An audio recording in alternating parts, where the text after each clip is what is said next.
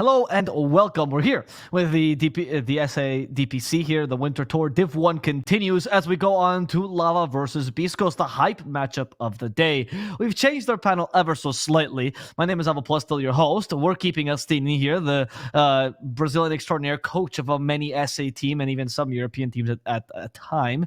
And then we've added an SEA expert himself, a TI player, and also an expert coach, Mr. Winter Dota. How are you doing, Winter? Are you excited for this match today?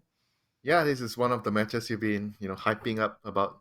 Want to see some of the players in both teams in action. I mean, we know what Beast Coast is capable of, but excited to see what Team Lava is going to do today. Yeah. For those of you that aren't aware, Lava is the old Thunder Predator that competed at TI. It's the exact same team, except for Fear, who's not coaching them anymore, and no org either. They are called Lava, but it's just the name of their stack. They do have a sponsor, I believe, because they're called Best PC, so I'm assuming that's part of their sponsor, but it's not like an org or a well-known Peruvian organization. They do have salaries and everything, but it's not the same support that, say, Infamous or Thunder Predator would give their players, just so you guys know. I do believe they are playing from a team house because I think all of DPC is SA, but we'll have to see. Anyway, Beast Coast, last week, I'm assuming you caught their game, Astini. They looked against King of Kings. They okay, let's say. I mean, it wasn't the top tier Beast Coast we expected. There was a couple of throwy moments. Do you think that trend is going to continue? Because they had that with the DPC. They struggle a lot during online tournaments usually. Yeah, on their first game, they almost lost, and I feel just like with their experience, they managed to put some shenanigans and delay the game and ended up winning. But at the end, what we have as a comparison is that both of them played King of Kings. So Beastcoast came out to 0, Lava lost to 1. So you would expect Beastcoast to have kind of a good game here. But yes, I do see that difference between the LAN Beastcoast when they're in events, they're more hyped about playing well. And when they're at home, I don't feel like they're that strong. They're still maybe the strongest team in the region. Mm-hmm. But I think they will still make some mistakes as they did on the match with King of Kings, but they're still stronger. Yeah. To put it into perspective, because I've talked to Beast Coast about this, they are not... Like, their issue is not so much the online versus LAN, it's the DPC format. They struggle a lot with this, like, 1 match a week or 2 matches a week, paying attention to these matches, preparing properly for these matches, staying on top. It doesn't suit them. They're much more of the old school Dota players. If I want to play 7 matches in 2 days and I want to get it all decided, right? Especially because, particularly their carry, Ektor, has a lot of issues with, like, if he has a bad performance or he's done something that he wasn't too happy with, it just stews inside of him for a whole week. And it really, like, gnaws at his brain. You weren't, when you were coaching teams and playing, you weren't around for this kind of format, Winter. How would you have fared in this format? I'm kind of curious, actually. Would you have liked this format of, like, 1 match a week or 2 matches a week? Yeah, more time to work. You have That's more a very time SEA to mentality. you have more time to gather information and talk to the players. And I feel like certain players that I work with, they get so mad after losing 1 game. It's probably better for them to just play 1 game a week. Do you think there can be a slight issue of you not being able to recover immediately? Because a lot of players, you play like playoffs or like group stages, you play like 2-3 games a day, and so even if you have 1 bad game, it's erased by the rest of them, right? Do you think that can be something that's bad or that the players struggle with in the DPC? Maybe some players don't like it, but I think overall it should be good to have some time to get a breather in. Look at the replay and just understand what went wrong.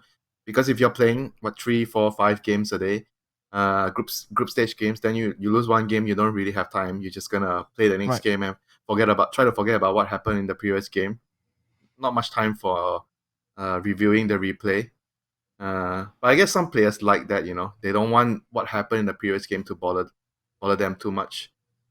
But I think overall, it's better for the coach or the statsman if you have time to look at stuff. That's why I wanted to ask Castini. You're coaching one of the teams in the DPC. You're coaching Okori right now. Is that like? Do you like this format because you get to do this for a whole week, get to work on them on the match? Does it make you feel more comfortable with the team? Definitely, I completely agree with Winter because you have time to prepare for each match, so you know how the team is gonna play. You prepare a strategy to that specific match, and otherwise, if you have to play all the matches on the same day, you kind of prepare just your strategy and you hope it works. Because if it doesn't work, you don't have time to change anything, and you're done for the entire tournament. So now maybe you have one bad match, but you can review it during the week and come up with new strategies. You have way more time to work, to prepare. So if you're on that preparation part, it looks very well. Is this where teams without coaches come at a disadvantage? Like both Lava and Beast Coast don't have coaches. Do you think this is difficult for a team to have to do, or is it weak enough for the players to be able to do themselves? I mean, having a coach can be a disadvantage sometimes when the coach doesn't. He's not on the same page with the team. It's pretty important. Yeah, it's pretty important to pick the right coach. You see a lot of teams they are very inclined to have a coach because you need someone that you trust or someone that the players can bond well with. And if the team is made initially and the coach wasn't there initially, you're adding a coach like, let's say, half a year or 1 year after. It's very difficult sometimes for the coach to blend into the team. Okay, interesting. Would you agree with that, STD? I know you've been in that position before, in both positions, actually. Yeah, it's super hard to find a coach that fits into your team because usually you want someone that has good experience with the game, but the ones that have good experience, they are usually still playing. So you need to be lucky enough to be friends with someone that just retired from the game or something like that. And otherwise, the players will not trust the coach. And if there's no trust, you cannot do your work. Even if the coach is amazing and the players don't trust him, he won't be able to do his work. So I think it's an advantage to have a coach. Of course, I need to sell what I'm here to do, right? As a coach, I need to tell it's good, but I don't think like Beast Coast that they're behind by not having a coach because their players they're super smart. They've been to two TIs, so I'm pretty sure they can figure out by themselves how to draft, how to better prepare for a match. Let's Would you move to the other think? Sorry, Sorry. Would you think that there are a team that specifically needs a coach working on the enemies like statistics, like what they always lose with, what are the meta hero trends, rather than having a coach that would disrupt how they are drafting and how they are playing as a team, as per se. Yeah, definitely would. Sorry. I was going to ask what you talk about. What team are you referring to? I'm referring to because you guys mentioned that Team Lava they don't have a coach, and neither usually do. They don't. They both don't. That's why I'm asking. yeah, usually both of these teams, right? Do you think that when because you guys are experienced with them, when they hire a coach, they would prefer the coach working on the team stuff like the draft, or they would prefer the coach to be working on analyzing their opponents? What heroes do they usually win with, lose with, or what are the meta trends? You can answer that first, Justine. Go ahead. I would just guess, because it's not something that I get out of them, the information, that a team like Beast Coast, they don't want a coach that changes the way they play. They're pretty confident that the way they play is strong enough. So someone that brings to the table what you mentioned, like stats, analysis, like, okay, they're going to pick this, so we're going to ban that. So mostly preparing the draft, main points, bringing some stats that might be helpful to them would be something that they would be looking for, not someone that changes their play style or changes even the heroes they're playing. Maybe the heroes they're banning from the other team, but not changing even the player hero pool. Right. I've had the lucky option of being with both teams. Coached Lava, actually, or their iteration when they were in Thunder, and then with Beast Coast as well. And for Beast Coast, is neither the answer. What they want is a mental coach. That's 100% that. So it's like, it's not even someone that works on themselves in their game, but just someone that helps them get through rough moments, because that's their biggest issue. And they want someone like, yes, they might bounce ideas off that person and Dota and stuff like that, but right now they have an analyst/coach who's a Red Monster, right? And he like suggests picks, he'll do the meta analysis and trends, and it's okay. But what they've always wanted and what they want for a while is someone that could just talk to them and just like have a good relationship with them. And for Lava, they want someone that's going to help them with their playstyle, from what I've known. Like, they don't want them to suggest picks per se or change the way that they play, but they do want to look at themselves and go and say, this is what you're missing, this is what you need to practice, stuff like that, because they're looking to expand on their playstyle. Because Wu and Moose from Lava both have a very critical sense of the team per se, and they always want to take the team in different directions, but they need that extra voice that sometimes a bit more commanding. So I think Wu and Moose both are looking for that kind of like extra voice that's on top of them per se, a bit of the hierarchy. That's why also Fear kind of fit into the team. but it's a bit difficult. But yeah, Beast Coast is very unique in the sense that they really don't need anyone because they all already have a coach essentially in the team in Stinger, and they just need someone that helps them get through the mental hurdles. And I know for a fact, by the way, I'm saying this because I've talked to both of the teams and they both said this to me. So I don't know if it works, but that's what they want as we get into the draft. What a nice question, Winter. You should be the host. But that's something regards to my feeling that they don't want someone to change their playstyle because they're the team in South America with the best results. So it's really hard that 100%. someone can come up with something better. Yeah, 100%. I don't think they want... I mean, like, they want someone to bounce ideas off of per se, right? But, like, you don't want to be... I don't even think a coach that changes your playstyle is good for a tier 1 team ever, right? Like, it's really just not that useful if you're a good team. I can't imagine a single coach that could teach more than the players know. Usually the tier 1 teams already understand about the system, who should be playing what, and where should they be playing on the map, and what your vision should look like. Most of the time, the small details that they need to improve on are mostly in like drafting or certain ideas, in the game, how they should be moving as a unit. As we move on from this coach... Sorry, go ahead. Yeah, I think having, like you mentioned before, having someone to bounce off with can be pretty useful. Like, you need someone to discuss with you how you should be doing certain small little details, and having the extra person on the team helps the captain a lot, because if you're playing and you're figuring these kind of things out on your own, it puts a lot of stress on the captain. It's hard to play well. Let's move on to the game itself. Let's move on to the draft itself, because Lava, they pick up a hero that we've seen a bunch of this DPC Weaver, and then Beast Coast, they pick up a hero that we haven't seen at all this DPC, because it's Beast Coast and it's going to be the Silencer to start off with. They combine it with a Snapfire. This is a Stinger pick, and it's a hero that some people claim is really strong, some people claim is really weak. Where do you guys stand? I want to ask Winter first. Where do you stand on the Silencer train? It's pretty good against Weaver, I would say. We didn't see the hero a lot, but in this scenario, I think it's very good to counter the Weaver. And in general, I think he's a useful hero, useful support in the game. But when you pick Silencer as a 5, I'm not sure if they're going to put him in another role, but as a 5, it limits a lot of heroes that you can pick as a carry. Your lane could be really weak, like yesterday. It was yesterday where we saw Silencer plus Drow Ranger lane, and the lane was pretty bad. The Drow couldn't really do much in the lane, but he recovered later. But overall, when you pick Silencer, the laning could be a bit unstable. Okay. Astini, where do you stand? I don't like the hero, to be honest. Although it's really good against Weaver and also against Brewmaster, because I find that the counter to Brewmaster is Silence and Burst, and you have the Silence here. But I feel we are on a meta that you can buy BKB on your cores very early. You can go for these 3 cores BKB within 18 minutes, and then Silencer simply doesn't do anything. He's countered. Yeah, that's a very good point. Because the game is so quick right now, we've seen so many cores that just build BKB after a small item, or some even rush BKB. So Silencer is gonna be pretty much useless after that point. Okay, we're gonna... I'm glad the hatred for Silencer is up. I want to see what they do with this. We have the Brewmaster though for Lava, another hero that we haven't seen very often. But some people, again, similar to the Silencer, claim that this hero is still very powerful. Obviously, with the Axe Refresher build that was being run before, and a hero that Frank used to run a fair amount. What do you guys think of the picking the hero blind though? What's the idea behind this time? Or someone's blind.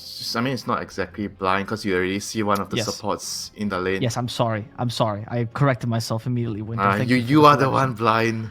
I am blind. You're totally right. That's why I have 2 great analysts that are gonna teach me about these things. So tell me, Brew, why is the Brew picked here? 10 seconds remaining. You go ahead. Sorry. I believe it's good against those hyper carries because Hector is gonna have all the farm on his team, and if you can just put that hero to fly, so you should be fine with that just by taking out one hero for the team fight, and that hero concentrates half of the net worth of the enemy team. Might be one approach. Okay, I like that. Go ahead. He fulfills the type plus Mars role that we've been seeing like a lot. I think in this region, Mars is probably one of the more preferred ones for that all role. Regions. All region. Yeah, you can fight. Your laning phase is really strong, but the Brew, depending on the lane matchup, he can be also a really strong laner. The Cinder Brew is actually crazy in the lane. Yep. But with a Weaver, I guess you trigger Shikuchi, right? Yeah, that's fine. Yeah. They have pretty good kill potential in the lane. But then again, because they already showed their lane, so probably you're gonna expect the other team to pick a good matchup as the carry against that lane. But overall, I think I agree with Astini that when you have Brewmaster in the game, he creates a lot of space. He can defend towers, he can push towers, so the carry feels very, very comfortable farming in the game. He should have a lot of space when this hero is in the game. What Is there are any carry? chance? Oh, go ahead, STD.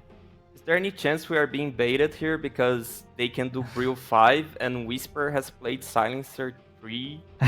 yes, he Long time ago? has. Oh, Silencer is a core.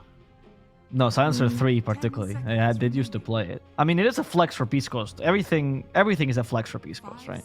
You know, the old joke used to be like, you ask a normal team and you ask them like, what's the flex pick? And they go, well, you know, like Snapfire, right? That's a flex pick.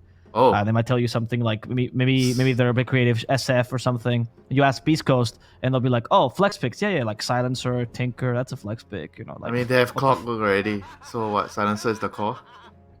could be a three, could be also mid Snapfire. Yeah, Chris Luck does that hero, so Yeah. it looks like they have 3 supports, but no. One of them is a hidden core hero. Yeah, who's the hidden core, guys? What are your guesses? Astini, where are you going for? Let's make a bet. I go for the Snapfire. And Winter? Because Silencer is good against these two heroes, I'm gonna go with Silencer. Okay, I like. Let's see. Lava is checking in case there's a Snapfire. Obviously, they want the range hero ideally, otherwise she dominates the lane. Queen of Pain is a good idea. I also imagine Queen of Pain wins the lane against Snap, or do you just push it and ignore the Queen of Pain? It should be 50-50. Both heroes should be Okay. able to farm. They're long range heroes. Right. 5 seconds. Thank you. I mean, the the Clockwork should be able to make the Brewmaster's game a bit hard in the team fights. I think he just needs to make sure he focuses on him.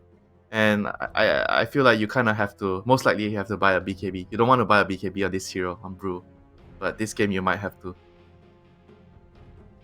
That's true. That does feel pretty bad. I mean, the idea is you can always you can BKB both to stop the clock and for the silencer. So I guess there's a lot of Yeah. utility for it now. Yeah, but generally you hate you hate buying that item.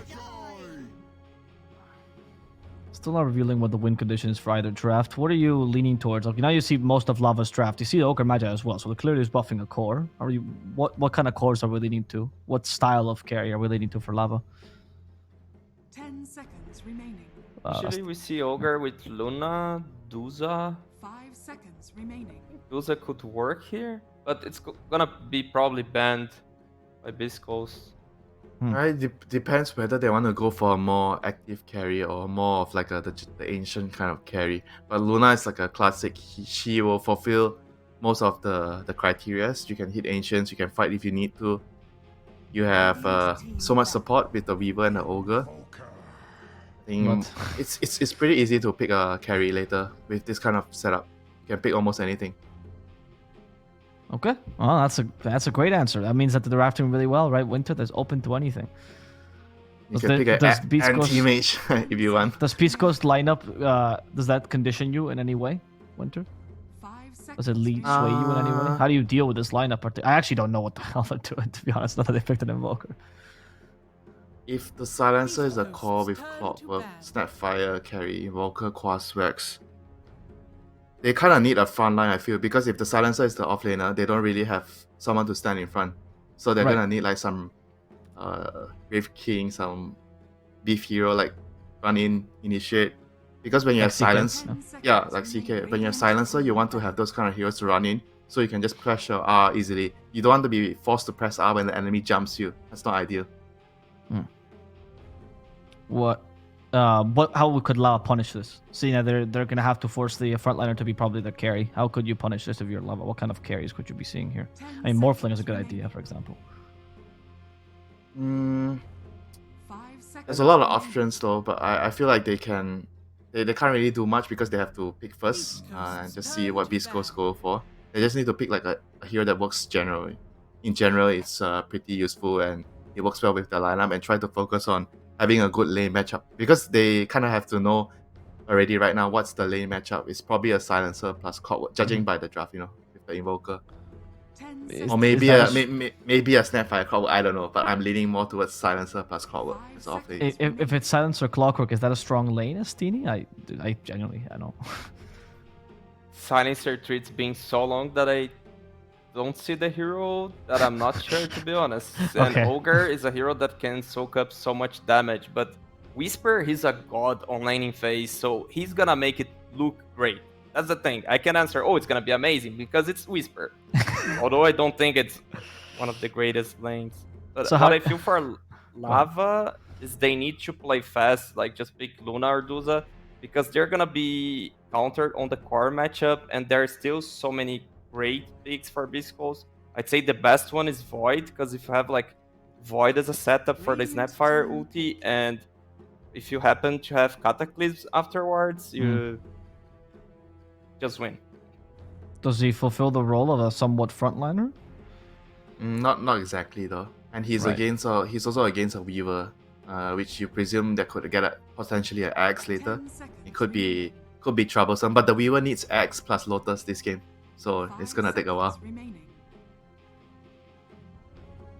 I'm curious to see if it is going to indeed be a Void the idea. I mean, for Lava, they're going to reveal their carry now, and they're going to take the Void for themselves. They also have some combo-ish, and I'm not the biggest fan, I'll be honest. Void plus Brew is not one of my favorite combos. And there's Actor Wraith King here as an answer for the Void. Wraith King plus their lineup is actually what they need. He's a front line. He can set up for his team. He doesn't really need too much items. Just what everyone's pretty much going the Armlet plus Desolator. I've been seeing that build the most.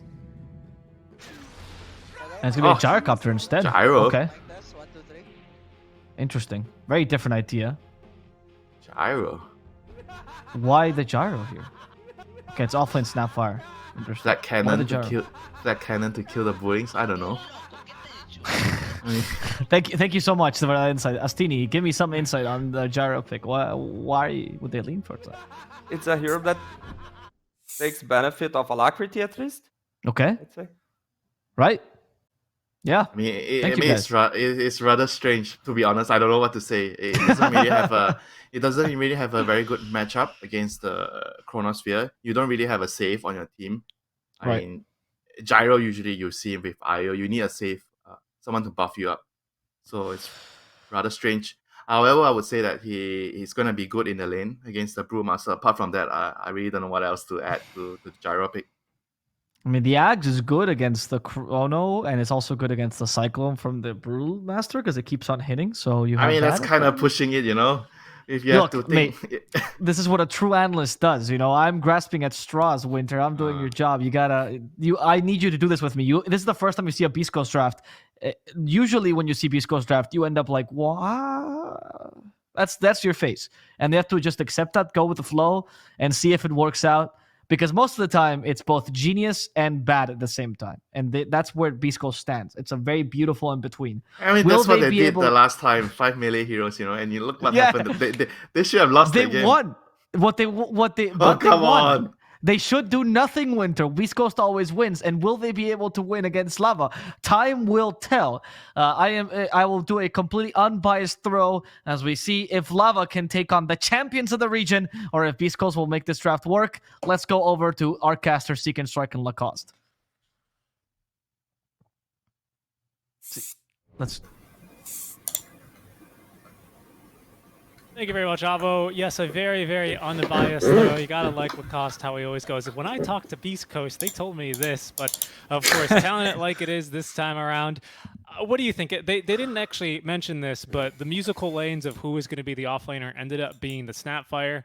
What are your thoughts, and of course, your thoughts generally on how this game is going to play out? Snapfire.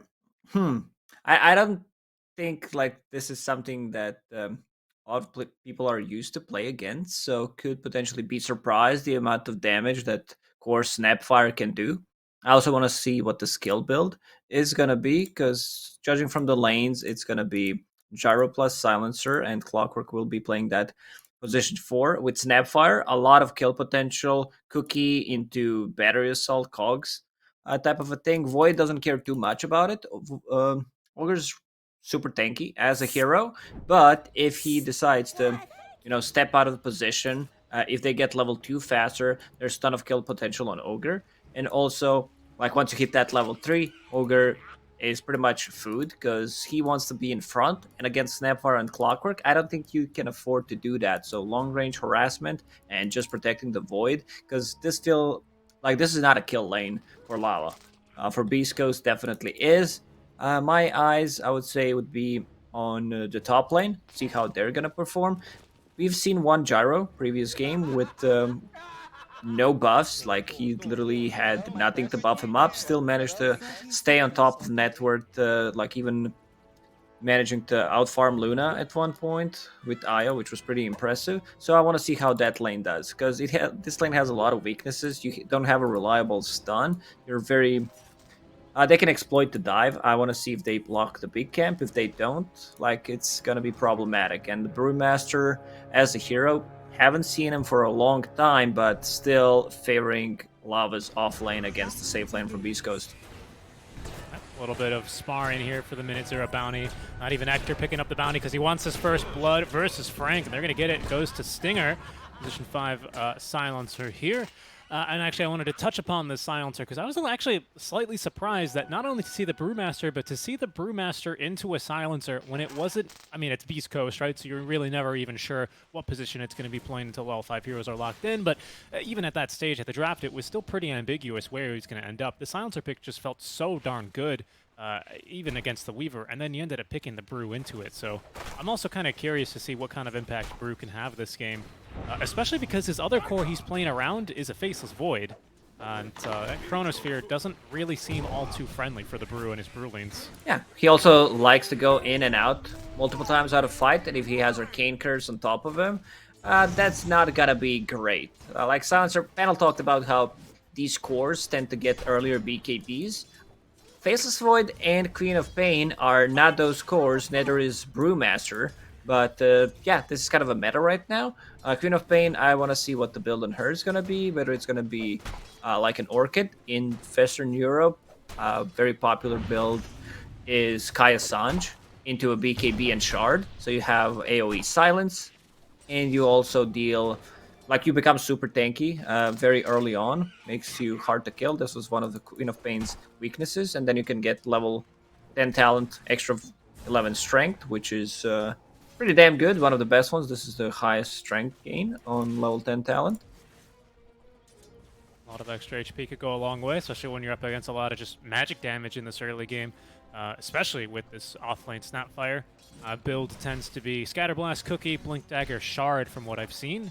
And Expect Whisper to more or less do the same, as there's Schofield making a lot of space. Of course, the Beast Coast guys changing up their names a little bit, and he actually might end up dropping here for a kill, but no, nice little tree cut there allows him to evade even Minos' or Quatharo's. He's back to his old name. A little time walk Russian. Okay, one top. Looks pretty dead. They need the return kill. Oh, Silencer can't get it. Frank is going to be too tanky. Frank the tank, as he's not going to go down. Dual Gauntlets of Strength build here to help him stay alive. And actually, he's going to be going for the Urn this game. This is a good question, actually. What is Weaver then going to go for as transition item? Because usually Weaver's going to head into that Urn Vessel, even if he's having a good enough start. But obviously, it looks like they're going to be going for the Cinder Brew and Ignite build and lane on Brew. So what is he to do here?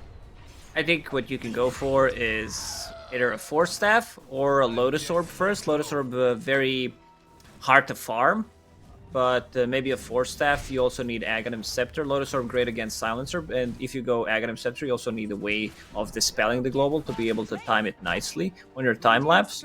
But we'll see. Yeah, I don't think I remember seeing Weaver being played as position 4 without Urn. Maybe that's a pairing up with Invoker as well. K1 probably gonna drop here one more time. Yeah, it looks like he will. He's actually going to turn here with the Rocket Barrage. They will get the return kill this time around, but after the Gyro drop, so no experience there. Stinger continuing to fight here. No, versus the he's Weaver. gonna fight him. Yeah, he's got to tank the creep wave, though. Stick. That's going to be a losing matchup. He's going to look to turn, actually. A Rocket Flare from the Triangle is going to assist a little bit here for Stinger, but they just don't have the damage to get through moves. Stinger, very greedy. Like, this is your off-lane type of a Silencer build. Puts an extra point in Glaives of Wisdom. I've seen during TI a lot of Silencer 5s that didn't even put a point in Glaze of Wisdom, which I don't think is correct choice. You still deal a ton of damage with the last word. K1, like he spent a lot of time in the fountain, which means that Silencer is level 4, so a lot of kill potential. In the previous series, Gyrocopter didn't even get a Rocket Barrage. I think they want to battle a bit more. They know how aggressive Lava's lineup will play, so he decides to put point in Rocket Barrage, and it also benefits Silencer if he can get, you know, a return kill, gets that stolen intelligence. Brewmaster, not a hero that's very smart, you know, especially when he takes the Cinder Brew. Yeah, and speaking of, just very quickly to touch on this Weaver's build, they actually did communicate, Okay. and he's decided to build the Urn. So that's still in the quick buy for Frank, but he's likely going to ignore that and head into the Meteor Hammer first, build into the Perseverance with that Urn help. That's completely fine. You wanna, like, Cinder Brew with Urn is legit. You just ignite people, so that's pretty good. Let's see, Stinger. He's likely dead. He's going to ignite, trying to TP. He's going to go all the way back to the fountain. He will live, but that's, of course, going to leave Hector all alone up top for some time. More time for him to farm, and he's not doing all too poorly, all things considered, especially because he's taken 2 deaths, not too far behind in terms of CS, but they're also not stopping Frank from farming, which might be the more immediate concern for Beast Coast, as he's going to have a well-timed Meteor Hammer. That's going to enable his push. Do we have stuns into Meteor Hammer? We don't really have good setup. Maybe if you can multicast a Fire Blast, but pray that it's gonna hit. Right lane. now they hit hard. I was actually wrong. Whisper has gone into a bit of a little Shredder build. Now Soul Ring, there's going to be finally the pointing cookie at level 5, so 2-1-2 build for the Snapfire. But yeah, this minus armor has actually been working wonders for them in this off lane. As Whisper out. Yeah, you want to get Lil Shredder, double the value. The more minus armor they got in the dual lane means the other heroes also apply more right-click damage, so I don't think you should be completely skipping it, maybe in certain matchups, but this one's definitely not it. Even though Faithless Void has a ton of armor, same goes for Ogre, you still want to lower it and not just rely on magical damage to be able to deal any kind of damage. Queen of Pain. Sonic Wave is available, 1 point in Shadow Strike, nothing wrong there. You're playing into Invoker, which means that he can easily out-region that damage that you're putting in. Yeah, now Invoker has Urn on the way, as Leo Style jumped in a little bit too aggressively there. He's going to get his mana burned by the EMP. So this could be a good time for rotation. Whisper, 1 bash and he's in a bit of trouble, but Minos didn't find any there, and the full wand from Whisper is going to top him back up. Nice job there, as by Schofield, as he's going to just yoink away that bounty rune. That's he was waiting as much as he could to waste time on Queen of Pain. That's like half of CS missed. Yeah, now Moose, he should be fine. He's got Sakuchi ready to go. But they've done well in this top lane from Beast Coast to kind of stem the losses, because again, Urn charges onto a Weaver. It makes him pretty scary with this Urn build. Oh, bottom lane, Whisper. Yep, they're rotating though. Here's Chris Luck. Whisper is still alive, looking to turn. Kodato though is going to be able to get off the Tomahawk. He's just going to look for the TP out, but the Cold Snap will shut him down. That was kind of a hopeful attempt to TP, as he will end up falling, and he's not going to have a teleport to get back in the lane. It's the walk of shame for him. He thought they used everything, or he didn't have Invoke ready. So try to go for a TP. Snapfire getting a lot of it. Like, Snapfire is super tanky, gets 3.5 strength per level. Tribal split. Yeah, Frank's still going to go for it. They want this kill onto the Silencer. And some fancy footwork here by Whisper is not, or sorry, Stinger, pardon me, is not going to save his life. There's even the lift now onto K1, as they will go further underneath this tier 1 tower. They know that there's no TP available from the Invoker. Urn charge applied, so it has to be Schofield to rotate on in. It's a long TP, and can they even threaten the life of Frank here? They certainly will try. Stick charge gives enough mana here for the Rocket Barrage, and even the battery assaults here making very quick work of Frank, but he is pretty tanky. Perseverance is going to keep him alive. Another TP coming. That Silencer back to the lane, I think. That's okay. Very strange TP animation. They've got vision on Frank. It's going to be a level 3 Arcane Curse, and now Chris Luck is going to walk all the way over from essentially the bottom lane to apply the Urn charge, get the Urn a refill, and pick up the kill onto Frank. I don't think that was needed, but they got the kill. Whisper should definitely die in this one. Well, Invoker got the TP off once again. Yeah, Quintano, he's going to go down. Minos, he's going to take a death a second time. Leo Style, though, will counter the rotation here of Chris Luck. But he's not going to be able to get this kill. Another rotation, back to top, back to bottom. My goodness, there's some Dokers. He's got our head spinning here. We don't have lanes. At one point, no one was hitting the lane creeps. Everyone was just either in the jungle or fighting. Big rotations. Yeah, big rotations. That's what I absolutely love about watching Beast Coast, and especially casting them, as Chris Luck is so eager to always make these early rotations, and he's playing such a great hero as well to make this happen, right? Quaswex Invoker, this control, these earn charges just keep piling on. He's going to be progressing nicely into his item and skill build. Scotado is just standing on top of this TP, but Schofield is not scared of him here, especially without the Chronosphere. No reason to fear. That's a level 5 Faceless Void, almost 10 minutes in. Alright, Neo Styles going to Sonic Wave for a kill. There's kisses as well, as they've got the oven cooking here for Frank. No Primal Split, no HP. Down he will go. There's even a tornado now for Quintado as Chris Luck taking a lot of damage. Just falling a bit low. Whisper is going to pick up the kill onto the Weaver, squashing that bug. But Chris Luck, Chris he's Luck going to be able to out-heal the Shadow Strike. And underneath the tower, there is no detection for him. So he will make it out of this one alive. Oh, if Kotaro managed to get a kill, he would be like level 6.5, but let's check the network how they're doing. Like, he's doing very poorly on Faceless Void, definitely needs time to recover. We'll have Bloodlust. He's lower level than Ogre, which is something that should not happen. Maybe they decide to give him Book. Weaver is level 5.5. Nope, Weaver's just gonna keep the Book for himself. There he is. Frank now with this Meteor Hammer complete is, again, he's going to be able to start pushing, right? So it's going to be the positives of this build as we get hit with a quick little pause.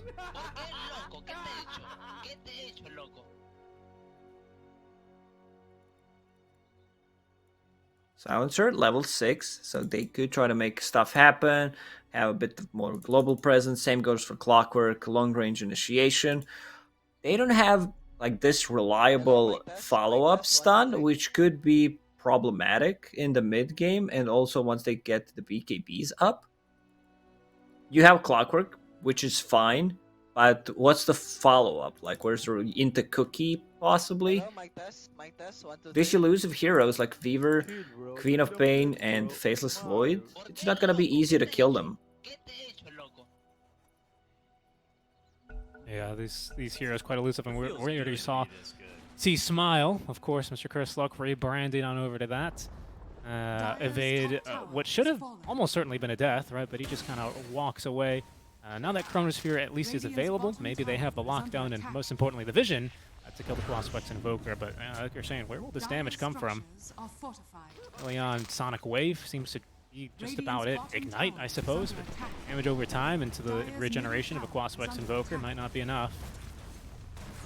And the supports, oh, sorry, this is not a support, this is an offlane Snapfire, pardon me, are now going to be bolstered by C Smile as he rotates down bottom, and they're going to trade tier 1 for tier 1. Lava, though, they're setting up for a siege middle. Frank has not only, of course, the Meteor Hammer, but also the Primal Split ready to go. Frank died 4 times. They're keeping the wagon alive, which should be tier 1 tower. Yeah, so good trade. Lava loses. Denied. They get it. I'm surprised they didn't commit to it. They had Primal Split. What I guess the reason is Primal Split, it feels like if you misuse it, the hero kind of falls off. But let's see how much can Frank make stuff done in the next couple of minutes. Primal Split. There he goes. Yeah, he's going to go running up to the high ground, but no heroes nearby. Even the hook shot might get Schofield out of this one. Closing the door, though, is Quintado from behind, and he will even be able to get this kill with Mask of Madness active. I like that they gave kill. Queen of Pain understands Quintaro needs to come back into the game, and book delivery. Look at this. Book delivery to Faceless Void. Yeah, he just needs all the experience he can get at this stage. Is there more points in Time Walk means he can actually show up and fight, or just needs this experience overall? That's why I was surprised, because Weaver bought it. Weaver is level 6.5, almost level 7. You don't really need that many levels, and you want to have them on Faceless Void to have his spells maxed out, at least the Time Walk, as you mentioned. Full Vessel now. for SeekSmile, as he's not going to get the refill. You know why? Because Clockwork has earned like this Oh, he is actually does. griefing. Someone does that, he has 30 seconds to sell it. Yep. I agree. I completely agree with you. I don't know why he's holding on to the urn. Again, he's got Weaver problems of what does he transition into. I'll hold that thought, actually. They're going to turn for Frank, because Frank stuck inside the cogs, actually not really enjoying this engagement whatsoever. Hook shot into the Sunstrike. It's not enough damage for the kill, but there he goes with his own urn and his own rocket flare. He's going to pick up the kill. So SeekSmile still empty on these vessel charges. Yeah, this Clockwork, he's got to get rid of him. You know what you can do is put him in the backpack. Like once you know that there's gonna be a kill, so Invoker gets it. Because right now it feels bad to just completely destroy it. If it was a pub, like you need to coordinate. This is not a pub game. This is a professional. These are esport athletes that we're talking about, so they know better. Absolutely. Absolutely. Yeah, it's a pretty big mistake, as they're going to just snipe Quadrado, or sorry, K1, pardon me. But no, Global Silence is going to prevent them from getting the follow-on damage, so that's just going to be a Sonic Wave used without a kill. Tornado, though, is not going to catch anyone as they look for the revenge kill onto Moose. He's already used his time lapse. However, his courier is going to at least betray his position, as it looks like he's still going to be able to escape into the dire jungle, currently held by lava. Fields, he's given chase, but I don't think alone he can really kill onto the Weaver. And those urn charges. Oh, the urn has disappeared. It's gone, Lacoste. Okay, that works. So half of the value gone. He, well, maybe a bit less than a half, considering he got stuff done with one urn charge. But, yeah, not ideal. Oh, wait, Mask of Madness used? That means there's going to be no time walk available. They just turn and blast Quadrado. Okay, see you later. Old snap here onto the Queen of Pain, keeps her out of the fight, is now with vessel charges as SeekSmile, pardon me. Little Shredder giving them the extra little bit of range, and the homing missile. No, it's just a little Shredder from Whisper to get the kill. 2 kills for him. The long range they sweep into the jungle. They pick up 2 kills. My goodness, I'm surprised Minos decided to just try and fight that one out. Very surprised, but the long... Like, look at the range that they can fight with. They have a Global Sunstrike, Rocket, like you see the other Rocket possibly from Gyrocopter, homing missile flying up to someone, and you have overtime damage from Arcane Curse, Spirit Vessel, one more Rocket hits. It's very hard at this point to just fully commit. They don't have enough, like, lockdown, maybe, because their only real initiation is Clockwork going in, but their team fight right now is still very strong, and we gotta give credit to K1. I also want to talk about when nothing is happening, about something that a lot of Western and like even Chinese players tend to do, is not pick up Rocket Barrage at all, or like get 1 point in it. Like the value you get from your spells, it's just not worth it to get stats in most situations, because if you have like Rocket Barrage, you get a kill, the amount of gold you get from it instead of you know, getting extra 2 damage is really not going to make the difference. So 1 kill can make a difference. That's my point.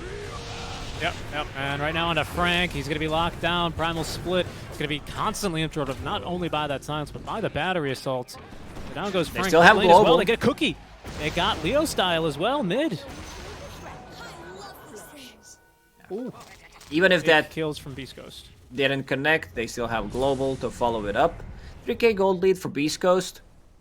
Looks good. They have also decent Roche lineup if they get like another 2 kills if Chronosphere is used, with a little Shredder, minus armor coming out from it. Should be okay. Like the efficiency right now, look at K1. He's farming the big ancient creep camp, and he does not want to stack it, because if you stack for yourself, you lose a little bit of value. Whisper also stacking for himself. So the map is being played very nicely by beastcoast. Like no one's across the river. Look at the 2 wards from lava. There are 2 wards in their jungle, which they didn't get too much value from it, because beastcoast wasn't even playing there. So that means that lava's not playing under their vision. Here's a smoke, though. Frank this time hopefully can at least get off the Primal Split, as there's going to be the first Chronosphere of the game. It's a good target here onto K1. Sonic Wave and everything used to try and get this kill. They will eventually get it as the Global finally comes through. That's going to get the return kill onto Minos. Stuck inside the ice wall now is going to be the Ogre, as they look to turn onto Whisper. Good Glimmer. Fire, remember, Glimmer Cave trying to keep her alive, but the dust is there this time around. As unlike No Ping, they buy their detection. SeekSmile now being dove underneath his tier 2 tower, has Ghost Walk, but no point in using it, as this fight is completely falling apart for beastcoast. This is going to be a full team wipe. Fourth to go. It looks like it will be a team wipe. Schofield, he's not going to connect onto anything. He's even going to be hit by the Meteor Hammer. Cancels the TP from Frank, Leo style, to pick up the kill. And the tier 2 tower will fall alongside the rest of beastcoast.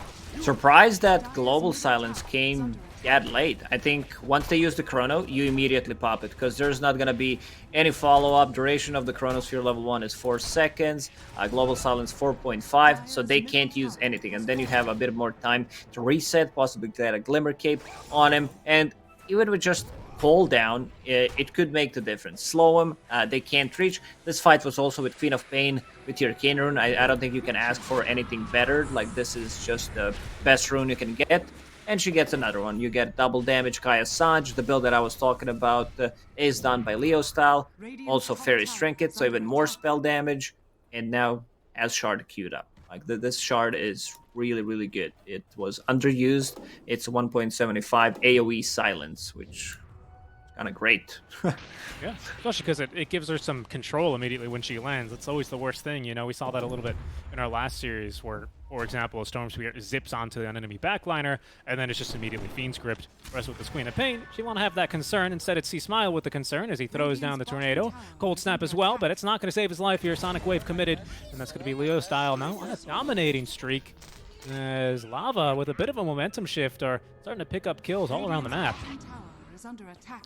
They're playing it nicely. Faceless Void, meanwhile, farming. Chronosphere is used. That means he's not going to be joining any fights until he gets a BKB.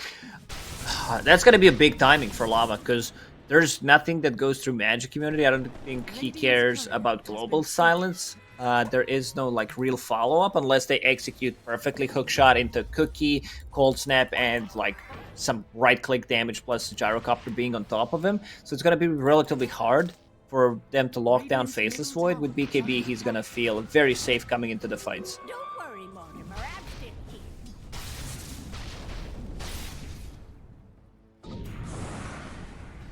Speaking of fights, it's been a while since beastcoast have really looked to pick one of their own on their own kind of accord, if that would make sense, right? The last two fights have always just been coming to them.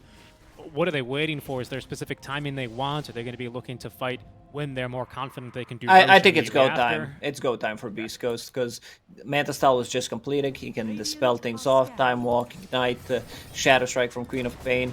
So I want to see them outpush the lanes, especially the top lane, and then smoke up, try to go for a kill and transition that into Roche. One problem is there's still a tier 1 tower in the mid lane, so that means like they can't, if fight happens around the tier 1 tower in the mid, a couple of buybacks are possible immediately into the fight for Lava.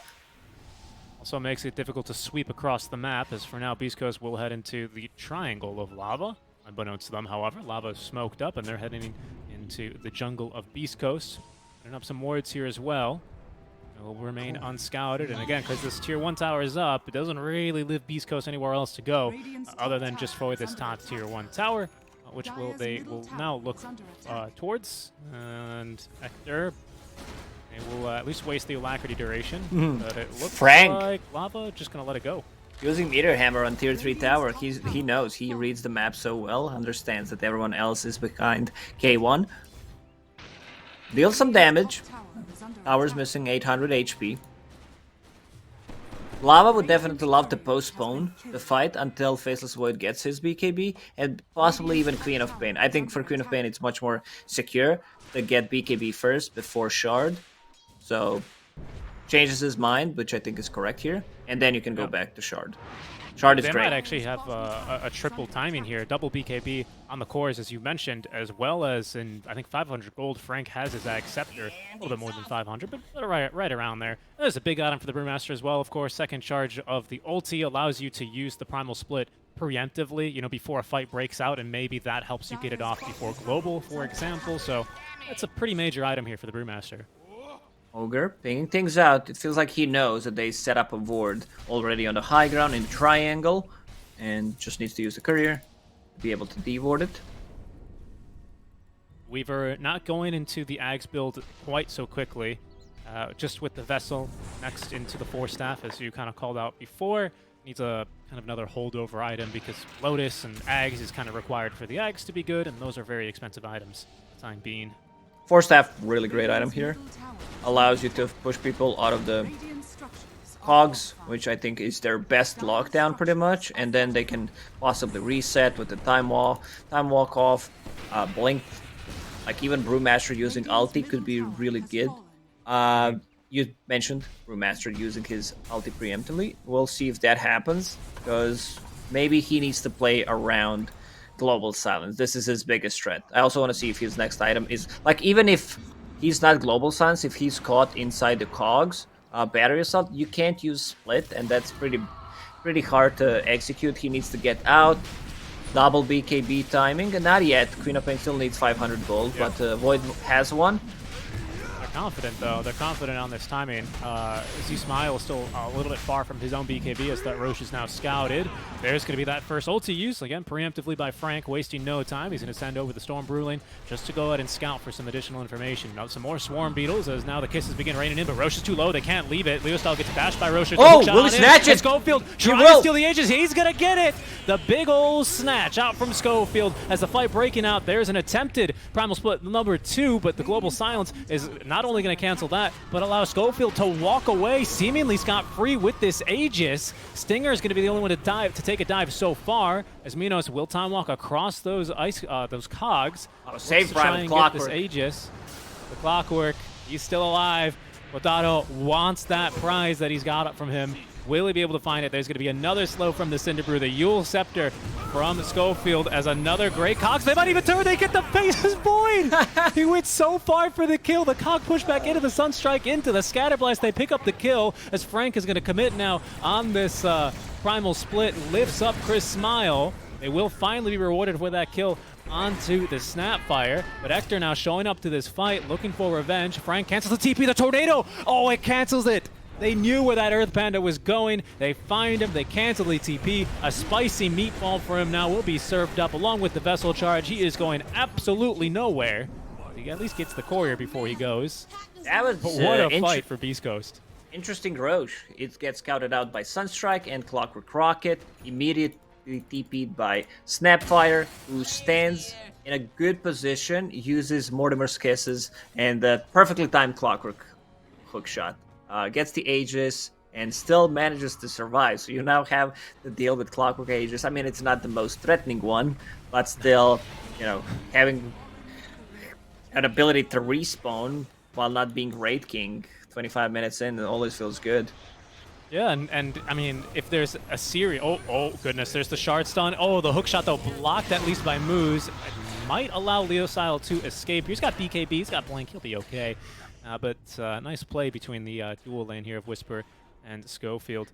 I mean, like I was saying, if there's a series that you should watch if you need evidence that, you know, getting an Aegis when an enemy team expected to can really destroy timing. It was the last one, right? That basically pretty much lost no ping both games. And here we go. Beast Coast now. They deny the Aegis, deny it away from Lava as it's on Schofield. So we'll see what they can do here with this timing. That was huge. That was huge. Not only that, getting the kill on Kotar. I'm surprised he didn't just pop Chrono, you know? Just commit for the Aegis. Preemptively use Chronosphere. Like, that would end up in maybe even a bigger disaster. He got scouted. Weaver has been seen. Yeah, they know where he's at. Close as Schofield, trapped inside the cog. Sentry Ward at his side. Force Snap to try and escape here. Sunstrike is going to prevent that, and there's going to be the last word doing just that. Another +2 int for Stinger. He's up to 12 total this game. Going for the Ag Scepter, so very greedy silencer supports as they tend to be. Not just Ags, it's also a Glimmer Cape and Ags on top of it. And even Clockwork is going for the Ag and Scepter. Like, so both supports, like, their value, what they bring to the table is gonna be gigantic. It's gonna be enormous with those two Aghanim Scepters. Like, having AoE silence and 2 hook shots, like, that's pretty big. Yeah, that overclock ability is super, super nice to have. Dual Ags timing. Schofield, he picks up he picks up the Aegis and says, "I'm the core now. I will farm my Ag Scepter. See you later, guys." And he's making pretty good timing on it as well. Lots of powerful spells here for both of the supports, as Leo style. He's going to be scouted, walking underneath a ward. I think about this Aegis and Clockwork, if they decide to take one more fight, he's most likely gonna survive, at least for the longer duration, so that means more gold for him from all the kills that they get. True. More gold equals faster. Pardon me, faster Acceptor timing for him. Already alone with this Yule Scepter, he's set up for a kill onto the Faceless Void. That, again, I cannot believe they picked up. But Kotaro, he's farmed up in the meantime. He's nearly, got level 3 Chronosphere on top of his fresh, make that an 8-second BKB, and has the Mjolnir now on his way as they get the kill onto the Silencer. Maybe looking for a Chrono here. Schofield and Whisper will abscond behind their tier 2 tower. Leo style giving chase as Frank has committed the primal split here. Schofield scouted. He's not an ideal target. Aegis for 30 more seconds, but they will take him down. Kisses, though, might allow this fight to reset as the Yule Scepter is going to interrupt Frank from getting off the primal split. Tornado is going to continue to interrupt this up from Chris Smile, but unfortunately did not get the cold snap applied in time. Now they make the jump on over to Chris Smile, but he's got BKB looking to turn. Chrono. Deafening blast onto the Queen of Pain. Chrono still a looming threat here as Quadrado just looking for a good target, but Beast Coast, their spacing impeccable as the Yule Scepter allows Whisper to dodge that Sonic Wave damage. Schofield is just going to lose the Aegis. It was expiring within seconds anyway, so he's going to get a fresh respawn. Frank setting up the Meteor Hammer, will connect it. There comes the Global Silence after Quadrado uses the BKB, but they missed the hook shot, and that's going to allow Quadrado to get the Sunstrike! The Sunstrike, it gets up. He didn't dodge it. Chris Smile picks up the kill through the BKB Chronosphere after the Global Silence ruined Quadrado's day. And that is going to be Lava retreating from this push, tails tucked between their legs. They do not win out on this team fight. What a long fight. They try to go on Clockwork. He's juking. Everyone has a Yule Scepter. I don't even know if those are Yule Scepters or Brewmaster Cyclones. Everyone's in the air. Also, you have Invoker with his ability, Tornado. So kind of hard to see. In the end, K1, with his tanky build, manages to... Like, you also get the lifesteal from the Side Gunner. Paladin Sword works on it. So maybe that was a bit of a difference that kind of is between the life and death sometimes. And good Sunstrike, good Global. In the end, there was a buyback from Snapfire. Snapfire, level 18. A lot of damage from Mortimer's Kisses right now. But you also want to be able to, like, scale. So I like this double Dispel build with Yule Scepter Blink, which allows you to go in and set things up, especially with the shard pickup. But you also scale. Like, if you go for... On level 20, you need to get the Little Shredder users your attack damage. And then you scale. You play for that 25 on top of that. Alright, Scotty's finished now for Hector K1 after he lives through that team fight. Satanic is next for him. This game starts to feel, you know... I mean, this is what Beast Coast like to see, right? They've got Hector head and shoulders above the rest in terms of net worth. Stinger is currently being ran down by Moose. Silence applied to one. Bug applied to the other, but both will be able to live. I mean, looking at Hector's net worth is just on the next level. Faceless Void, 14,000. Hector, 21,000. Yep. It's always a full item. That's always how I like to kind of picture things or put it into perspective. He's a whole item up, and that's the Eye of Scotty here currently, as we can see. That's in the buy, or in the quick buy, sorry, for Minos. And Hector is already onto his next one, Satanic, and then AC after that. He's ready to go in full farming mode, and for now in full pushing mode. As bolstered by the Rocket Flare, he's going to feel confident to put some pot shots onto this tier 3. Force a couple of TPs, why not? Maybe even get the tower. Hey, who knows? And the style for the Dispel. Down goes the tier 3. He's not backing up. The rest of his team finally realizes, oh, Hector actually is going to push, and here come the reinforcements as they TP onto that outpost. So now full fight ready to go for Beast Coast as there's the Yule Scepter to interrupt the Primal Split. Hookshot as well out from Schofield. Kisses are connecting now onto Leo Style as the BKB is going to be not used. What a play the retreat from Beast Coast. Cookie out. They need to get something out of this. Lava needs to chase. They need to punish this. There's Ags. That was the time-lapse Ags for the... No, it wasn't, pardon me. That was just his own. That was a time walk. Silly me. But it looks like Beast Coast, they're going to be far too slippery for Lava, as they just... Hector's like, hey guys, I see them on the map. Let's take their bottom barracks. No response. And he's holding on to BKB for such a long time. You know what I want to see? Level 25, Snapfire with Little Shredder multi-shot with Flag Cannon. There's going to be damage flying all around. Yeah, Lots of cannons. They've got all the anti-air here in the world, as they will lose the clockwork. This is a no-flying zone here for Beast Coast. Especially with that 20 talent. Looks like we're going to get there eventually, I dare say, Lacoste. As Whisper, he's taking the correct 20 talent to go into that 25. Using his own attack damage, as well as having the enchanted quiver. Oof, it's going to be some kind of little shredder here. That's a lot of damage once you get to level 20. Because Little Shredder is a fixed damage, 95. Right now it's 150, so you kind of get to plus 60 damage per hit in Little Shredder. On top of, Enchanted Quiver, only the first one works. So I find Quiver kind of weird item where like your first attack is from a long distance, then you're standing there trying to get close okay, I'll hold that thought. Roshan. Yeah. Roshan number 2. It was scouted though, I want to say, by Chris Smile. Smile, pardon me, as he did Sunstrike it. Saw Frank. Frank as well just had his BKB delivered. Not an item our panel said that Brewmaster likes to buy all that much, as Whisper is going to delay it. He throws down some kisses. Not to completion, though, but that's Roche at half HP. Hook shot. He's at the ready now. Is Ector joining the fight, but the Chronosphere is going to be out. He catches Leo Style, though. So where's the damage of the Chronosphere? And out comes the Cataclysm. Almost gets through Leo Style, but they're going to get Ector. Down he goes. He's going to buy back and TP to the outpost immediately.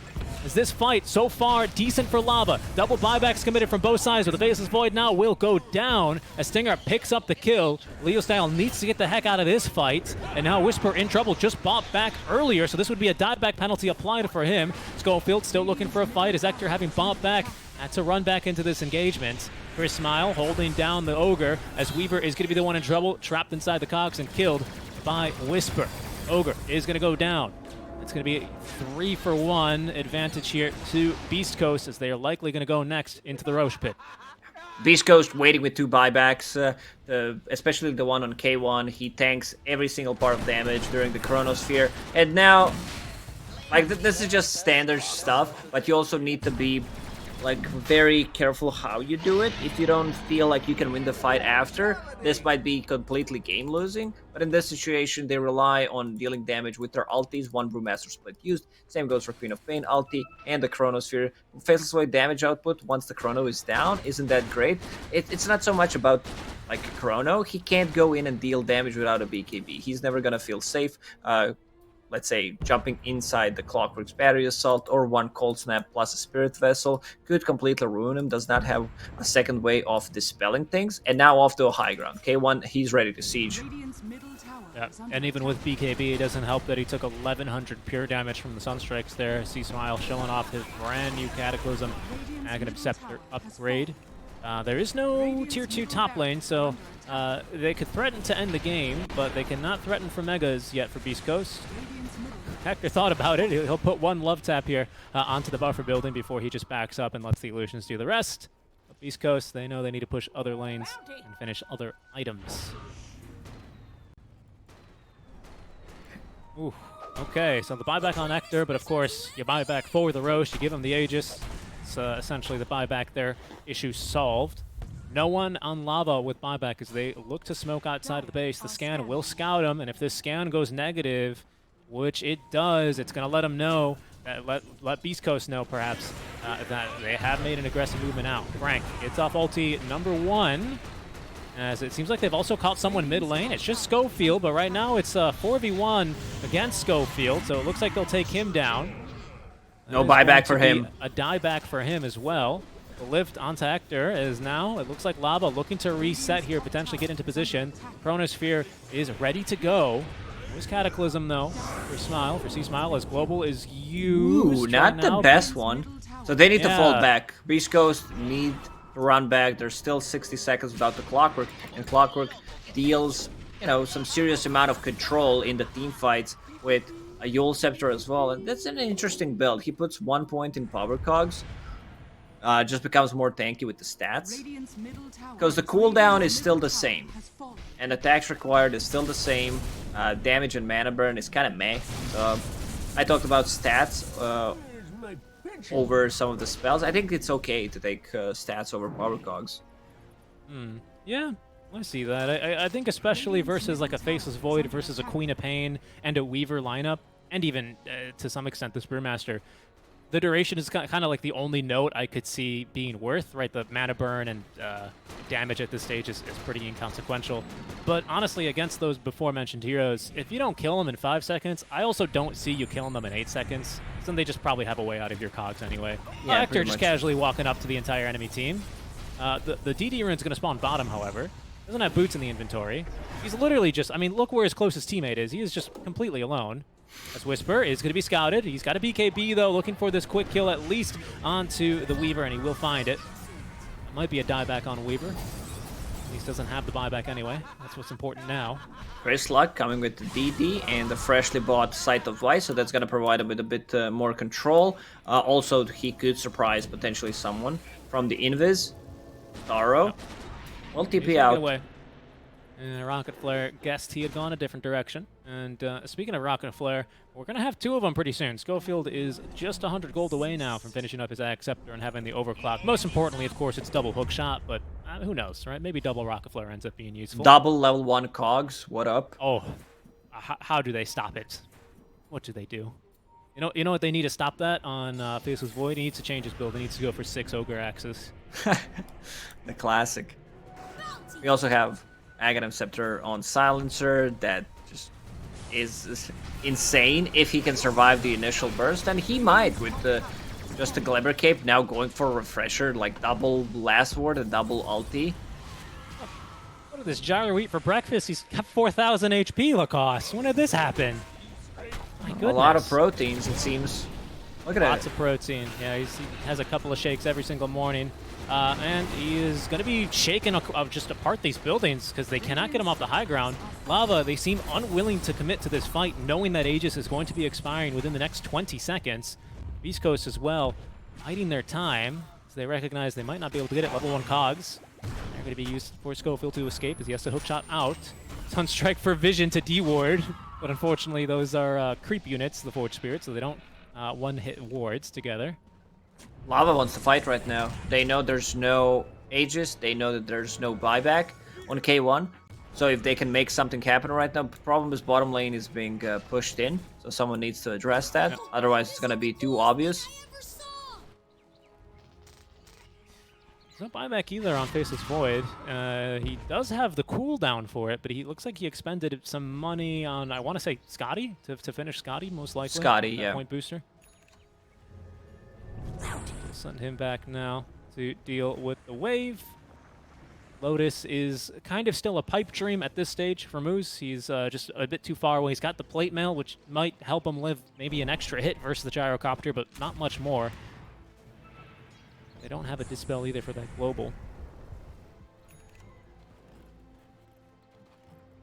Really, it's just all about this chronosphere, it feels like, for Lava, the last kind of hopes they can pull this game back. Still very much a real threat, though, for Beast Coast, especially without buyback and without Aegis on Hector. They could lose this game. They're playing it fairly patiently, just farming almost the entire map and continuing to extend their net worth advantage, farm up the last tier 4 of neutrals. What they want is to have K1's buyback for the next fight, so they're really not in a rush. They could also potentially do the same thing as they did, which was game-winning, going for that Roche play, using buyback on Hector, securing the Roche, getting him Aegis plus Shard as well. He didn't get the Shard, someone else picked it up, I believe it was Invoker, because Snapfire already had one. While we have a quick little lull, I really, on that last Roche fight, if you all will recall, that Stinger broke apart that Roche just by using kisses. He knew that they had to delay that Roche by any means possible. Level 3 kisses he just had because he was just level 18. So he forced Lava out of the pit, and that bought so much time for Beast Coast. So what a play out from him. As now, with buyback coming off cooldown for the gyrocopter, they are looking for another fight. 3 seconds until he's got buyback, and he is ready to go. It's another 50 seconds until Roche can respawn, as Beast Coast playing underneath their own ward right now. Lava, a bit of a precarious position, as Hector just runs up to the high ground.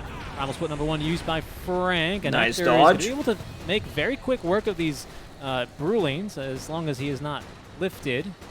Frank might be looking around for #2. 25, by the way, who's taking the 3 times call down missile, so look for that. There's another lift onto him. Dotto, though, being zoned out by the illusions of the gyrocopter. That's now Primal Split number 1 down. That's the hook shot as well. That's Not why the you combo buy one. eggs. That is why you buy the eggs. So field lifted, as there's going to be the global silence. Dotto, this time he saves the BKB, but he's losing this 1v1 versus the gyrocopter. Chronosphere is going to be used into the Cataclysm, though, as he is going to be able to time walk off a lot of this damage, but Whisper from outside the Chronosphere is going to blast him to shreds with the little shredder. They lose the Ogre, and there's going to be at least another Primal Split, allowing Frank to live momentarily. Whisper is silenced as he did try and jump onto that Queen of Pain as he blinks forward looking after and will be able to pick up the kill. Whisper is just too big. He's the killing machine now as they use the splits to hold down Hector, but they've just unleashed, pardon me, the Snapfire upon them. Yeah, that's game. Without Faceless Void, they just don't have enough damage. Queen of Pain buying back. This is gonna be Mega Creeps. Gyrocopter, too tanky. Meteor. Yeah, the triple meteor as well. Frank's gonna live. He's got BKB. He's got 1 charge of the ultimate thanks to the refresher to use, but there's the horn for the Megas, and Hector's already hitting onto your throne. Tier 4s are down. The double buyback now from whoever's got it left. As Beast Coast look to close out this game here, and now Hector just hitting everything with the flat cannon active as they get through the Ogre. A dieback for him. A great blink stun from Whisper, but the GGs are dropped. The throne's gonna go down. It's going to be Beast Coast taking game number 1 over Lava. Man, I didn't watch K1 in a long time since TI, but yeah, he's always a treat to watch. The way he farms, it's insane. Someone should make some kind of guide for newcomers how to farm efficiently, and should use K1 as an example. Yeah, that's always something that they end up saying quite lovingly about Hector, is the man was just born with a Midas in one hand, you know? And he knows how to use it, always farming up. I was a bit surprised to see, especially because the panel also agreed that this was looking like a pretty good Wraith King game. Do you think this game looks a lot different? Is it still a Beast Coast victory had they picked Wraith King, or was the gyro pretty? Yeah, I think it would go. I would think victory? it would be better because he, I'm gonna say, comes online faster, but with Armlet and Deso, you hit a certain timing. Like if you look how this previous game went, like, or this one, Gyrocopter, he died, right? And he came back to a lane, didn't have even a TP ready, still ends up being the most farm hero in the game for some, serious difference. And also 2 supports on Beast Coast, they did amazing job. Clockwork, stealing the Aegis, also top tier stuff. Thing of beauty. Chef's kiss here for the supports for Beast Coast. A greedier bit of support duos. They both end up rushing at eggs, but I mean, hey, it works out. They steal that Aegis and they turn and end up winning the game. So well played to Beast Coast as they take game number 1. We're going to throw it over to Avo Plus in our panel to break down that game a little bit more for you guys. Over to you, Avo. Thank you, Richie. What did I say, Winter? Doesn't matter. You could pick Gyro. You could pick whatever. The draft fucking be 5 melees. It's Beast Coast. They will win. That is the magic of SA. It doesn't matter whatever they draft. Though I will say that this game, while I would love to praise them and touch about how great a team they are in my completely unbiased view, there were a couple of points where I was a bit worried about Lava. I mean, some of the issues that we saw for King of Kings. I don't know if you guys would agree with me, but do you think this is the Lava that you'd expect, like the team that would be second in SA for you as Astini? Is this the team that you'd be like, wow, top tier, or do you think there's still a lot of things to be ironed? It feels like even like after that major that they did impressively, they didn't come back as strong as they were, and then they didn't do such a good season 2. That's why they didn't qualify for the upcoming major. Then they didn't do well at all at TI, and feels like they lost that magic that they had, and they cannot find it anymore. They don't look like the team we've seen before. I'm glad you mentioned that, because it's not to flame him, it's just that it's, as someone who has seen these players forever, they just look so lackluster compared to the team that I knew. Particularly, there was a moment where Minos, or Kotaro as he goes right now, was like really trained to be that consistent carry that everyone loves. And here we saw some plays. I mean, there are some moments you're like, why is he dying?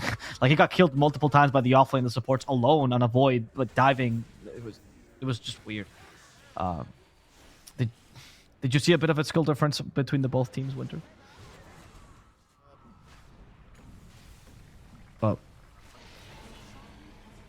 Winter, yeah, your mic is very quiet. We can barely hear you.